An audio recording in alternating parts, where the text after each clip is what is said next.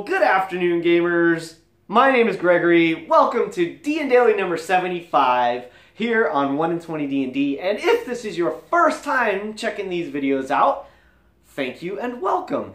Every day I'm going to release this daily vlog where I'm talking about D&D and other great role-playing games, as well as tabletop role-playing games like Car Wars, Cyberpunk, and Battletech, so on and so forth. There are some amazing games out there. The ones that I play, I share information with you about. Let me know what games you play, and I'll tell you what I think about those as well.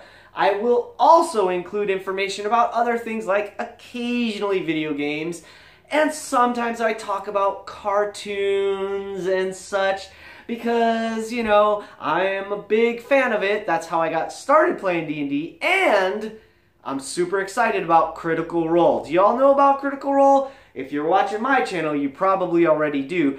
Their Kickstarter is currently over 8,577,000 pledged, with over 63,000 backers. I just checked a few minutes ago. Those numbers are astounding. They have just over a dozen days left, like maybe 14 or 15-ish days, something like this, left in the Kickstarter. I cannot wait to see what the final tally is, y'all. That's going to be an exciting moment. Hey, before I go too much further, I want to just say thank you to Dave. Dave, man, one of my watchers over in Germany. That is so cool. I can't believe my videos are making it around the world to Germany. Thanks for checking this out. And by the way, your feedback yesterday was super helpful, brother. I appreciate you, and I'm so glad you find these to be hopefully entertaining and at least interesting enough to respond to my question. You're the best, my friend. Thank you, Dave. So, hey, how cool is it to play or to get feedback or to be able to communicate and respond to people all over the world? That's why I love Roll20.net. I am not sponsored by them. I am just a user of that platform. It's a free-to-play, free-to-use platform that works really great. And for our game last night, I got to run my D&D game last night. Yay! Our Wednesday night game is lots of fun. We've been doing it for a long time. You can check out our games. Look for Agic, hashtag Agic, A-G-I-C-K, and you will find all kinds of stuff. Of course, you can just search through my channel here. Oh, by the way, are you subscribed? Because that's actually the easiest way to find my videos, right? So hit the subscribe button. There's a little link in, I think it's in this corner. Anyway, you know how to do it. By the way, last night's game was super fun. We didn't play for a week, so kind of off, but we ended up spending a whole bunch of time before the game even started just talking about video games and stuff because we're friends. And that's what's so cool about getting together to play these games. Hopefully, you're a bunch of friends having a good time playing a game. I mentioned yesterday, and I've talked about it before, how like one of the things I love about games like The Chain of Acheron and sort of Critical Role to a point, because it's gotten out of this a little bit, but it's still a bunch of friends playing D&D. That's what it's all about. That's what it's been about since I was a little kid. And last night was no exception. We spent more time talking about talking about video games before we actually started playing D&D, to where we ended up having basically a short session. But it worked out great. And here's why. Everybody was having fun.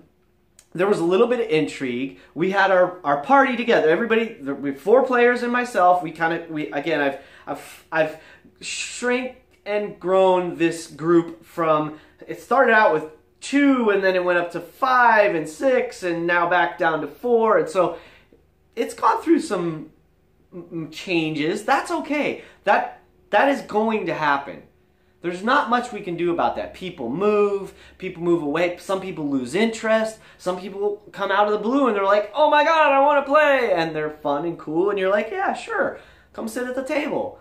So that's a normal flow of gaming, right? And last night, we were just in our flow. We had fun. We had everybody there. We were waiting on Brett a little bit because, oh, excuse me. How rude. I should edit that out, but I'm not going to because this is a vlog and I like to just flow. That's my style right now. So thank you for understanding. Hey, so we are friends. We get on, we play. Brett is traveling right now, so he's messing with, he's like trying to get his laptop to work, trying to get a tabletop to, or a desktop system to work. So we had like technical issues, and we're just talking video games. So by the time we actually got into the game, we were all in a good mood and just went ready to have some fun. And that's exactly what we did. They found a new magic item last night and some magic mushrooms. They're down in, they're not quite in the Underdark. They're sort of on the edge of the Underdark. And they found a grove of like toadstools and mushrooms, and our resident druid, Kyra, decided she would give them a little investigation, and her nature check was pretty good. So I told her which ones seemed special, and I told her, you know, the rest of them were probably not a good idea to eat. And I said, these are maybe a little more common, and you kind of know that these function like a potion of healing. So they found some cool mushrooms. There's 2 more kinds that they don't know what they do yet. I'm excited for them to find out what those do, either through experimentation or maybe just a little more time studying and jogging her memory. Plus, they investigated a dwarven like sarcophagus casket, and they found a magical short sword. So super stoked about that. Kalen has been missing out because he's got silvered long swords, but he's getting to this point where they are fighting stuff that is not susceptible to anything other than magic, or at least it's resistant to non-magical damage. And even some of the magic damage doesn't do all that much. So he has been struggling for a while. He had Iron Fang, because I am running the Princes of the Apocalypse for them. And so he had Iron Fang, this giant war pick, magical, powerful war pick that they had taken from one of the prophets, the Prophet of Earth. Currently, Basilan, who is also a short sword fighter, he's got a magic short sword that he brought to the game, but he is currently wielding Windvane, this awesome magical spear that is also an item from one of the prophets, from the Earth Prophet, Arisi. So that was pretty spoilery. I suppose I probably should have prefaced that. Apologies.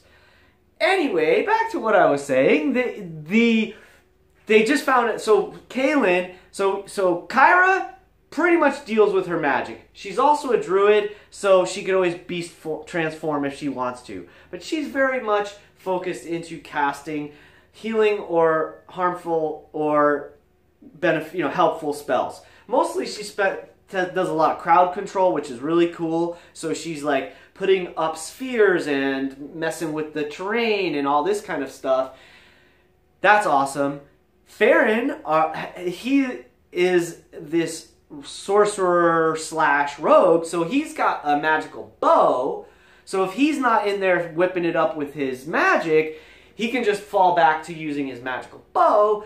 Kalen is a bard, so he has magic, but he's a valor bard. He likes to fight. He wants to get in the mix and slash it up with his swords. And he had these 2 long swords that were silvered, but he kept finding that, like, well, he can hit with them, but they're not doing that much damage against magic resistant, or I should say not magic resistant, against resistant enemies. Enemies that are resistant to non-magical damage. So, now they found a magical short sword. They don't know what it is. Could be cursed. It might not be, but it could be. But they don't know what it is. It's a magical sword of some kind.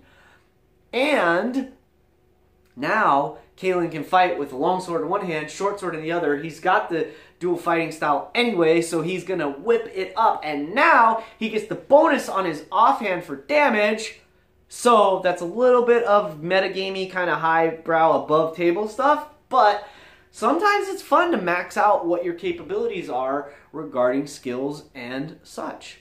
So now he's fighting with a long sword and a short sword. He gets the benefit of using the finesse weapon in his offhand, and he can now attack effectively with both weapons and By the way, it's got some magic traits that he will find about soon enough. Hey, I appreciate you guys stopping in. Enough about me and my games. I hope to enjoy a game with you someday at a table. Until then, keep rolling 20s. And, of course, remember always, it's your game. Play your way.